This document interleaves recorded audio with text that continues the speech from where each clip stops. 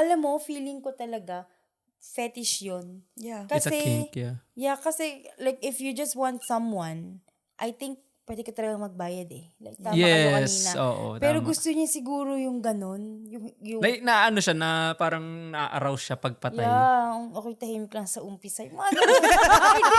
Yung mga, yun yung mga Okay, atake tahimik niyang lang gusto. sa umpisa. Saan nanggaling yun?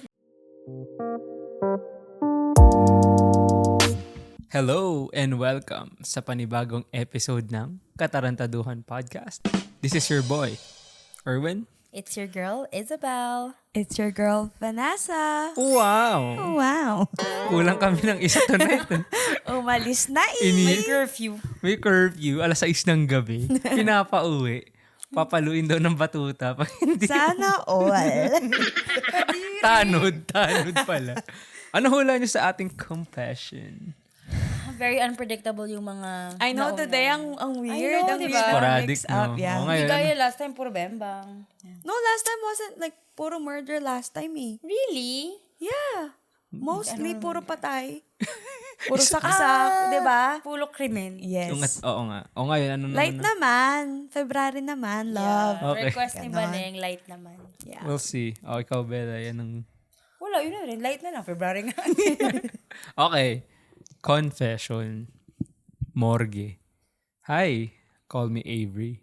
I'm 27 and I work at my city's local morgue as a mortician. I basically handle embalming, body preparation, and other related tasks. I've been working here for roughly 2.5 years. I have this coworker who's also a mortician like me, si Chris. He worked here before I did. He is nice and super friendly naman. Back when bago-bago pa lang ako, he would teach me how things worked. Overall, he is a great dude to be around with. And parehas kami ng humor. Soon enough, we became close friends. Parang best friends na rin. We would spend time together during breaks. And we often ate lunch together. Minsan, pag may night shift kami, we would chip in together to buy delivered food. But just recently, around June 2025, we had another night shift. I was really hungry, so I asked him if he wanted to buy some food. He said sure, so we ordered.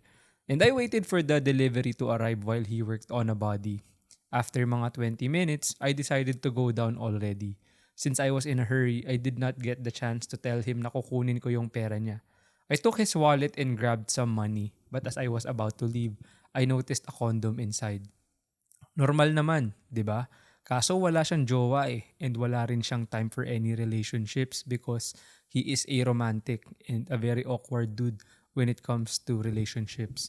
I eventually brushed it off, thinking maybe it was just for emergency. But after a few more weeks, he started acting weird. From the start, pag nag-work kami sa body, I was the one doing the sanitation and cleaning part, while he handled embalming and other tasks. Recently though, he kept insisting that he do the sanitation part while I did the others. He would also always lock the door whenever he was cleaning. For your information, hindi ko sinasara ever yung pinto whenever I'm the one cleaning, especially in case I need help. Things got even weirder and creepier a few days later when I was cleaning the trash can. When I was about to tie the garbage up, I saw something. At first, I thought it was a glove because it was white and slightly transparent. But when I looked closer, tang-ina, it was a used condom. During that time, our coworkers already left and kami na lang ni Chris ang natira. After that incident, I started getting suspicious. I began to think na baka necrophile siya, a person who has a sexual attraction to dead bodies. I confirmed it when I was preparing a body to be embalmed after he sanitized it. While I was fixing the dead's gown, I noticed something dripping from the dead's private area. It was white and thick in consistency. It was semen. What the actual fuck? I was so disgusted that I decided to take a week off work, saying I was not feeling well. I was honestly too traumatized to even see him anymore. But I knew that in the end, I still had to go back to work. It did not help that I was out of money that time, so needless to say, I must return to work as soon as possible. When I got back to work, I did not pay attention to or talk to him at all. I thought that would give him the heads up that I already knew his dark secret, but it was quite the opposite. After a few days of being ignored, he finally confronted me about the situation, asking me what was wrong. I just told him I was feeling down and that I chose not to spread the negativity of my feelings towards him. He eventually left me alone, but I know he knows something is up. After a few days, there was a day when he was not at work, and one of our coworkers was assigned to replace him temporarily. He was replaced by Liam. I'm also close to Liam, so I decided to ask him about Chris since he had worked with him longer. He revealed that Chris had been doing this for years. He even told me na nakita niya mismo si Chris na nire-rape yung dead body. According to Liam, there was this dead girl whom Chris found exceptionally attractive. Chris would tell Liam how cute she was, how her body still looked fresh, and how she looked like she was just sleeping. At first, he thought Chris was joking, but after a few hours, while Liam was preparing the embalming equipments, he heard something coming from the preparation room. When he checked, he saw Chris using the dead girl's mouth to pleasure himself. That is the confession. Grabe yung fetish niya. Holy Akala ko pa shit. Valentine's Day. Kala ko naman, para sa kanilang dalawa nung nakita niya. Yung Yung condom, parang like Chris is preparing for the both of them. Kasi nga parang nagiging close na sila. Na so parang, may something diba? sila. Kasi like they're eating together. Yeah. Yeah. So akala mo Charm leading, pala ni Chris. so akala mo leading up to that kung bakit. Yeah.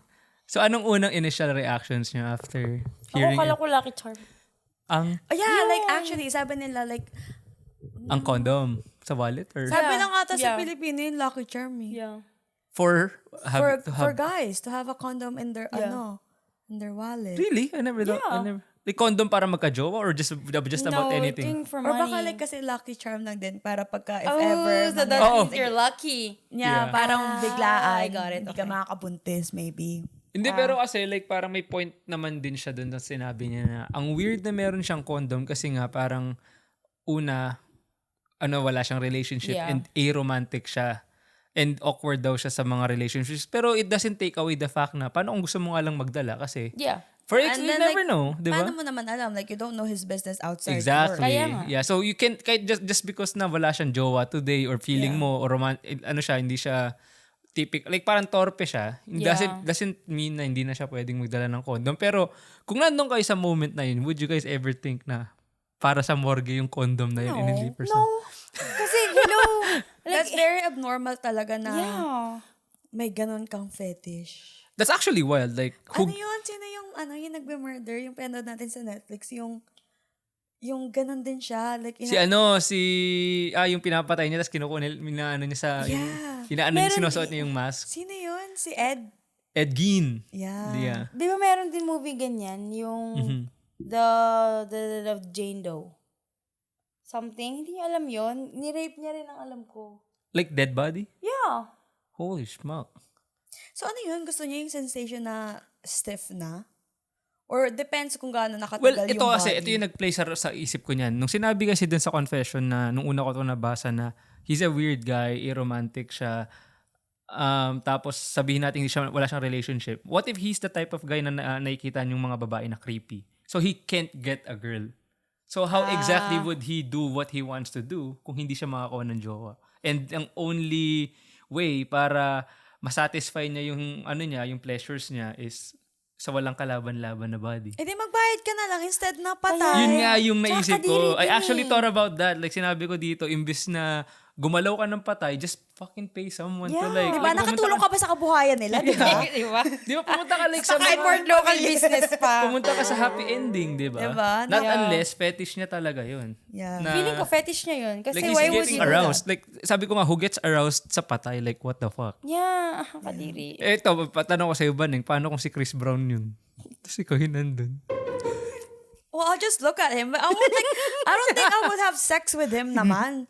Yeah, kadiri na yun. Like, I feel like iba yung may something wrong sa utak mo nun. I think so. There's probably Yeah. For something you to off. think to do that. Like imagine Yeah. yung last na sinabi niya, yung sa last part nung tinanong si Liam is meron silang specific na girl na bata na dumating doon na she thinks she's exceptionally attractive. How And young though? that's a good point. I don't know. Tapos fresh pa daw and parang natutulog lang. So meron siya talagang something na Baka hindi pa matigas. Wait. Paano ba, like, do you guys know the process of embalming? So, tinanggal muna, tapos tsaka isa-sanitize or isa-sanitize muna bago i-embalm? I feel Actually, like, hindi ko rin alam eh. Baka Ano sanitation gusto yung niya, una. wala lang talagang Baka yung kalaman-laman? sanitation yung una. Like yung I lilinisan think mo.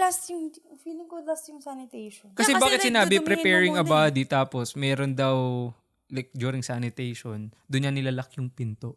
Kasi nandun na, prepared na yung body, wala na siyang organs, wala na siyang blood.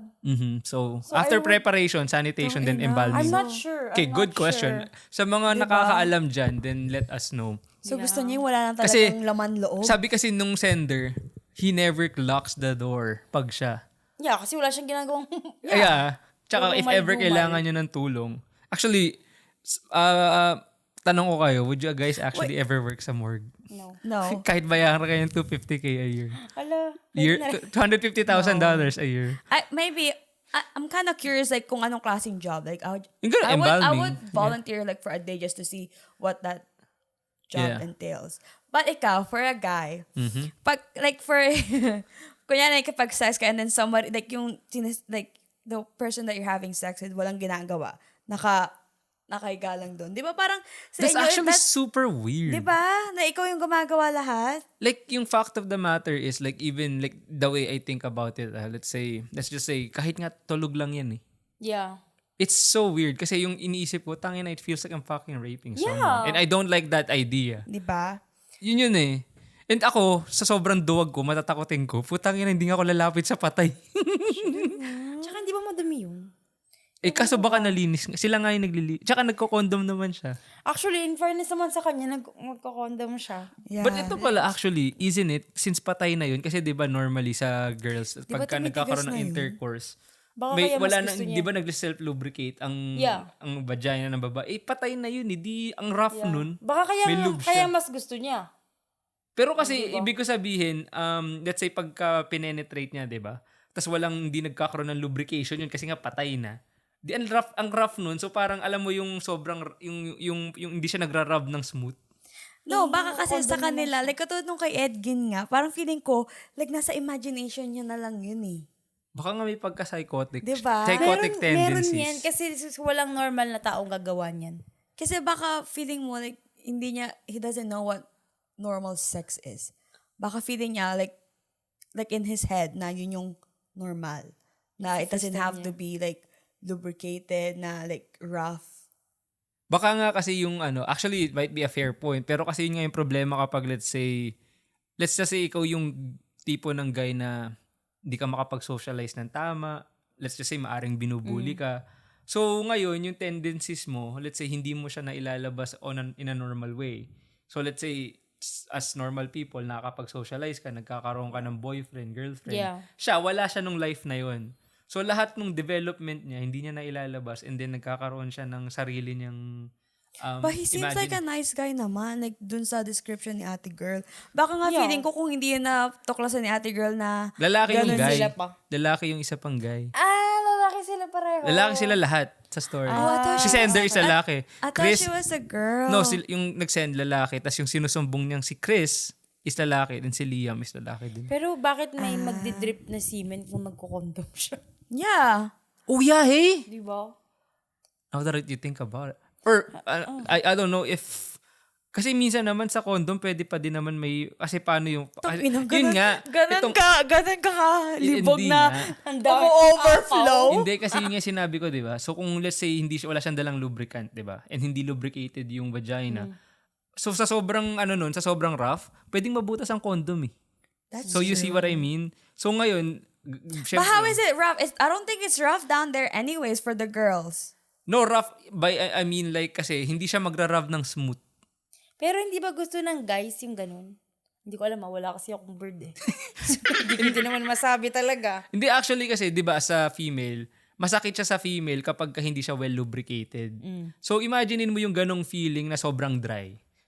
Parehas kayong hindi siya parehas. Oh, even the guy. Exactly. So, Okay. how much more lagyan mo ng rubber on top. Yung rubber na yun magka-cause ng friction yun.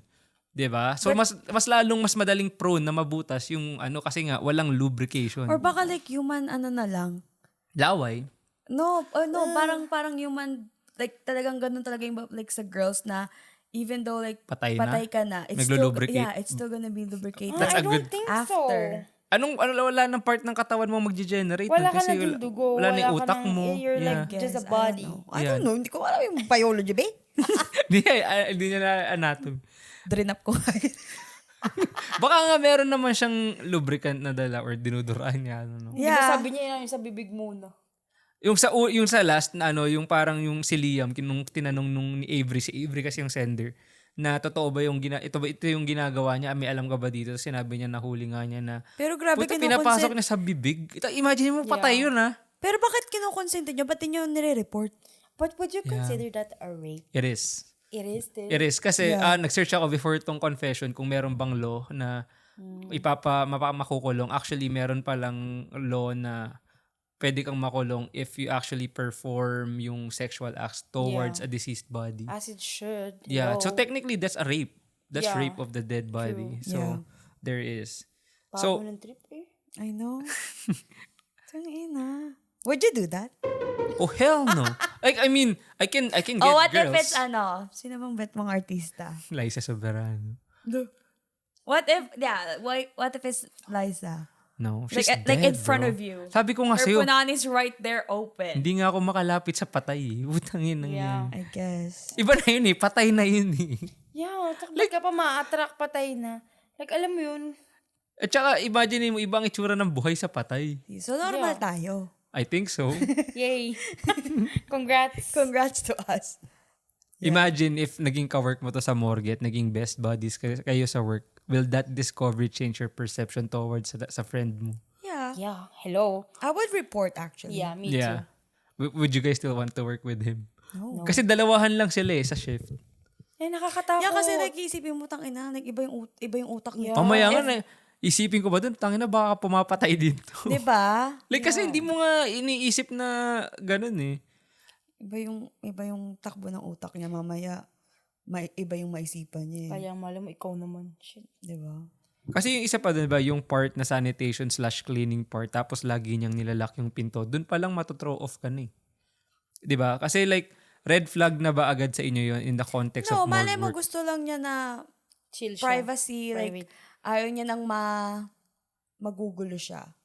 Maybe he's really like, feeling ko pag ako doon, na parang, okay, well, I guess that's how you work. Because everybody has different types of, Yeah. Pero kasi in the paano sila context of magtrabaho. the whole thing, kasi I feel like kasi binasa ko na, minabasa ako, hindi ko naman alam kung totoo, sa work na ganito, parang, hindi pwedeng ikaw lang mag-isa, just in case, for emergency purpose, na Really? baka may mangyari, di ko alam lagi kasi may gano'n, na parang body, like parang by pairs. Yeah, body. May Yeah. body ka. Kasi nga, you never know na, so ano pang point ng pagiging pair nyo or bodies kung nilalak mo yung pinto, so kailangan mo ng tulong, tas hindi rin kita matutulungan kasi nilak mo yung pinto eh. yeah. Yeah. 'Di ba? So parang dun pa lang, kung ikaw yung kawork, wouldn't you like, Yeah, for me, weird yon kasi unang-una, we're dealing with a dead person. Like, feeling ko kahit sanay ka, hindi ka ba matatakot man lang? yeah. Hindi, may mga ganun tao. Shucks, Na yun yung trip nila. Like, hindi ko nga, alam mo, isa sa mga, di siya considered na pet peeve or ano ko lang, talagang, hindi ko lang gusto. Alam mo yung sa patay, kahit nga sariling lola ko, hindi ko kayang tignan sa ano. Like, takot talaga ako sa patay. Like, ganun. Ganun Tingin yung, si Papa. hindi ko siya kayang, like, finding a used condom in the trash can sa work area, kung ka-work niyo siya, ano yung unang maiisip niyo sa nakita niyo? Denial, disgust, or sobrang mababother kayo? Nakita mo sa trash can pero hindi mo alam na ginagawa niya yon. Hindi mo pa alam. Pero like obviously, what are the odds of you seeing a used condom sa workplace niyo sa morgue? What does it Yung isa feel lang like for a guy? What does it feel like doing it to yourself with a condom? I've never tried that. Na mag-masturbate ka ng naka-condom. Yeah. I've never. I don't think may ganun. Meron gumagawa, I think. Really? Meron akong To what? kaklase To sa Pinas catch it? nun. Low, yung kaklase ko, high school pa kami, gusto lang daw niya malaman yung pakiramdam na Baka yun yung mag-burst. isipin ko. Yeah. But you'd never think na nire-rape niya pala yung dead body sa morgue. Like first instinct, I don't think so kasi that's very Yeah. Like parang sobrang judgmental na. Yeah, like, parang too much na iisipin mo i-assume. ba na like, yung kasama mo, like nire-rape yung Yeah. patay? And to think mukha naman siyang normal, friends Yeah. kayo. Oo nga. Di ba totoo naman. isipin yun agad? Isipin talaga. Kung isipin ko sila ng iba kong kawork. Yeah. Bading sila. Bading I sila. do. Hindi ba? Kasi ano, why not? not. true. Nasa work sila. Oh, bakit? Tsaka walang manggugulo sa kanila dun. Tahimik talaga May dun. kama naman dun. Morgue yun. Diba? Pero kung halimbawa, di ba yun na, nakita niyo na yun. Nakita niyo yung condom and hindi pa kayo, syempre parang binibigay niyo pa rin ang benefit of the doubt. Pero kung yung nakita niyo yung semen dripping from the body's private area after the sanitizing, anong iisipin niyo? Yun na, parang your 1 + 1 = 4. Like, yeah, kasi like nakita mo, naglalak na ng door, nakita mo na yung used condom, tas andun na sa loob eh. Like, may Oo, meron na. gum na. So, Yeah. I think, doon mo na malalaman yun. Yeah. Doon mo na ma-figure out actually. Actually, it's kind of messed up kasi like that's straight up fucking disgusting. Yeah, it's so sick. Like, isipin mo, tangina sabi ko, boy, halika ka rito. Nilinis mo na ba to? Ba't may lumalabas pa? Di ba ikaw yung nag-sanitize? Tsaka di ba iba yung amoy ng patay? I guess amoy gamot na. Di ba? Yeah. Yeah, amoy gamot lang. Yung Kailan ba amoy nilalagay yung yung amoy ng belay? morgue. Like right off the bat kasi mangangamoy yun eh. Hindi ko. Kasi ang alam ko pag ganun, tinatanggal na mo, di ba, dinidrain. Yung mga laman. Tapos, hindi ko sure kung pinapasok ba like through IV or something. I'm not sure. Yung ba yung parang Yung mga yung formalin? Formalin ba yun? Melatonin, di ba? Pampatulog yun. Melanin, hindi eh. Melanin is like yung sa dugo yun. Melatonin. Gaga, hindi. Hindi, melatonin sa yun tulog. eh. Yung melanin is yung kung bakit I maitim forgot ka. Melanin is blood. Formalin nga, sabi ko. Formalin. Melatonin. No, but yung melanin is blood, diba? Sa melanin is Hindi ko yung... alam. Hindi, yung sa ano yun, kung ano yung sa complexion mo. Dapat kung talaga, maitim hindi ko ka. tinap yung biology. Yun yun. Yeah, alam mo, kadiri. Hindi ko alam Tsaka kung diba paano kung sila tinanggal na yung laman loob, tinanggal na yung blood. So like, stiff na yun. Yeah. Wala na siyang, like, purple na ba? Or white? No, white. No, like, Tsaka sobrang tigas na nun, di mo na mabubuha yun. tsaka paano may babalik Baka nga yun? ganun yung, Di ba? Kasi, oo nga no, baka ma-stuck. Kung matigas na, paano may babalik? Baka di pa matigas. Like maybe, usually kasi, Fresh pa. pag nasa mga ganun pa lang, like first 2 Hours. hours, I Baka. think malambot pa. Oo. to, what if, nandun siya sa loob, tapos biglang tumigos, tapos di mo na Nag-lock. matanggal. Oh, sige, tangina. Putang ina. Tas Ang nakalock gagawin yung mo pinto. dun? Bahala ka dyan. Ginusto mo yan eh. Trip mo yan eh. Imagine. Kasi nga, di ba sa buhay, alam mo yung naglalak. Pero ewan ko yung sa ano, yung sa patay na ganun daw. Yeah, kasi wala nang muscles na maglalak. Kawawa din si Sender kasi kinailangan niyang mag-off work pero kailangan niya ng pera kaya kailangan niyang bumalik eh. Kasi sobrang na-bother siya to the point na he has to take a week off. Nakaka-bother naman kasi talaga yun. Yeah. Tsaka syempre, trusted mo yung tao. Yeah, yun nga sabihin Tsaka the ko. fact na kayo ng He's your dalawa friend. lagi magkasama. Yeah. Like, I don't think he felt safe to Yeah. be working Being around him. with you. Yeah. Yeah, To totoo be yun. alone with him. Yeah, and I think feeling niya rin responsibility, like partly responsibility niya rin yung dead person. Alam mo yun? Oh yeah, So, totoo. alam mo, Meron ding may guilt din sa may kanya. burden din sa kanya. Yeah. Kung nandun kayo sa kalagayan ni Sender and then financially stuck kayo, babalik pa ba kayo sa work after? There's dun? other Morgan naman. If you don't feel comfortable around that place na or with that person, like, Mhm. yes, hindi mo kasi mahirap isabihin na, maghanap ka na ng other work. Yeah. Pero kasi sa Pilipinas, ang hirap maghanap ng Yeah. trabaho. Totoo. Pero if you can, then find another job. Kung kayo nasa kalagayan niya and bumalik kayo, would you report sa management Yeah. agad, gather evidence quietly, or find a new job ASAP? Gather evidence quietly. Before ka humarap sa management. Yes, because how will you prove Prove it. Tama naman. Ganun lagi muna. Gather your evidence first. Would you ever confront him about it? No, No, baka kasi, patayin kasi parang iba yung takbo ng utak ito. Ano mamaya? May tayo yung balsa mo, hindi Tapos ikaw na din yung re-repair. ayoko yun. Kuya, please. It's not me. Kasi grabe nung sa it's probably going, like ito yung nakakasad kasi I feel like it's been going on. Kasi si Liam, he knew. Yeah, but parang, And hindi niya man lang sinabi I guess, kung kanino man. And then nalaman na lang kasi I guess nag-pry si Avery na, alam mo ba to? Then sabi niya, nahuli ko siya before. Like, pinapasok na sa bibig ng patay. Kasi bakit niya gagawin yun? Ang dami-daming, alam mo, feeling ko talaga, fetish yun. yeah. It's a Kasi, kink, yeah. yeah, kasi, like, if you just want someone, I think, pwede ka talaga magbayad eh. Like, tama kayo kanina. Yes, oo, Pero tama. gusto niya siguro yung ganun. Yung Like, na ano siya, na parang na-arouse siya pagpatay. yeah, okay, tahimik lang sa umpisa. Yung mga ganun.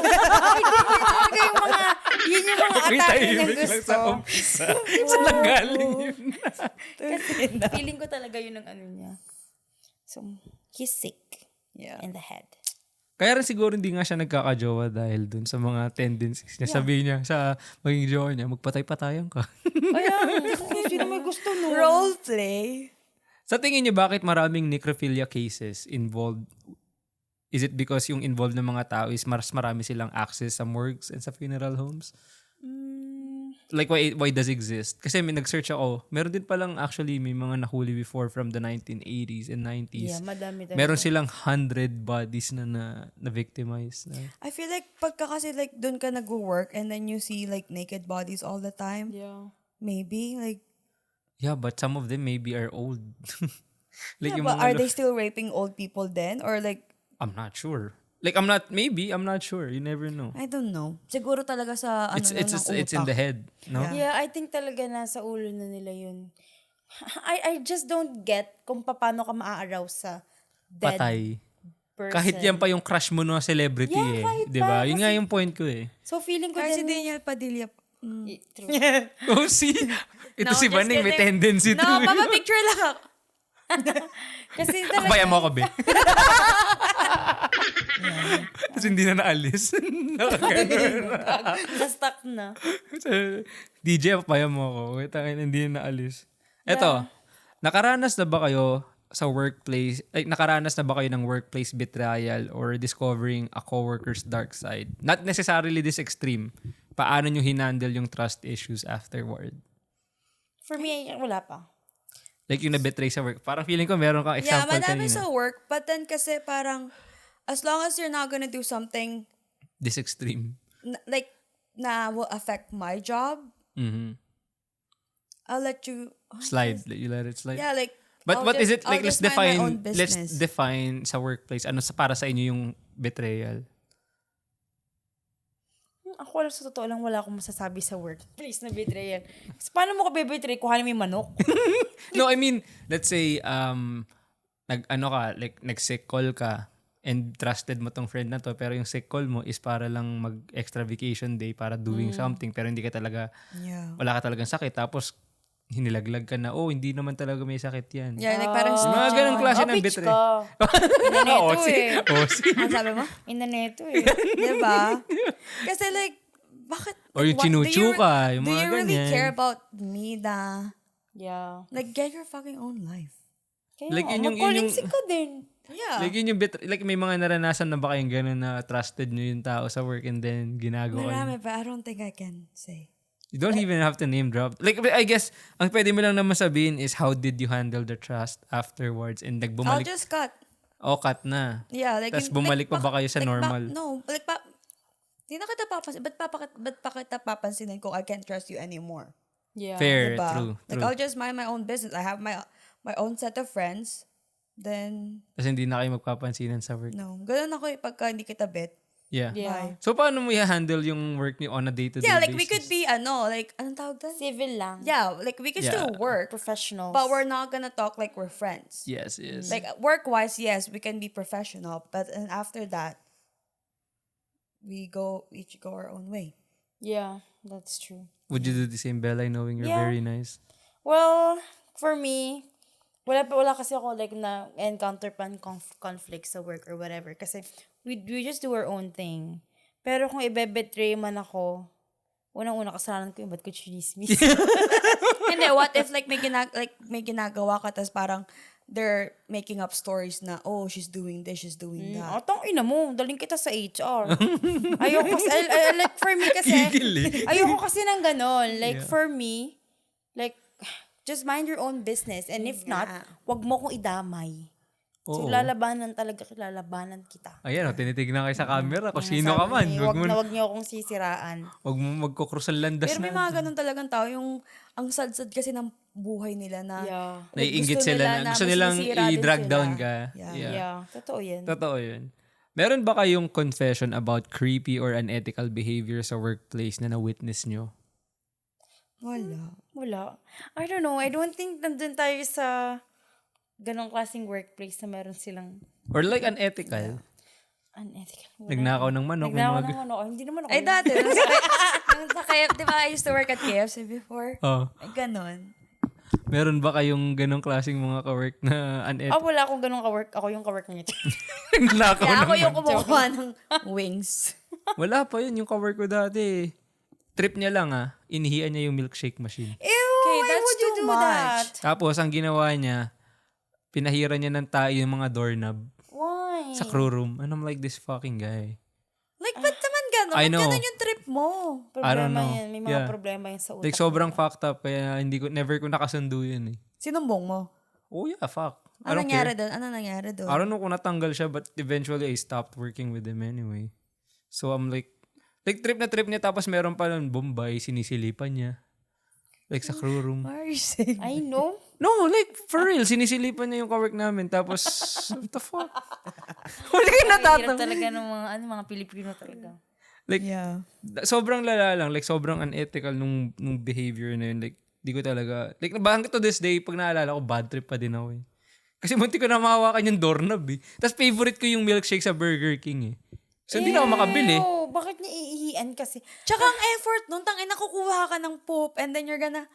So Yeah. you're touching the poop as well. You gotta be really that fucked up in the head para gawin yun, Yeah. honestly. Papansin. True. Yeah. Gustong makakuha Yeah. ng attention.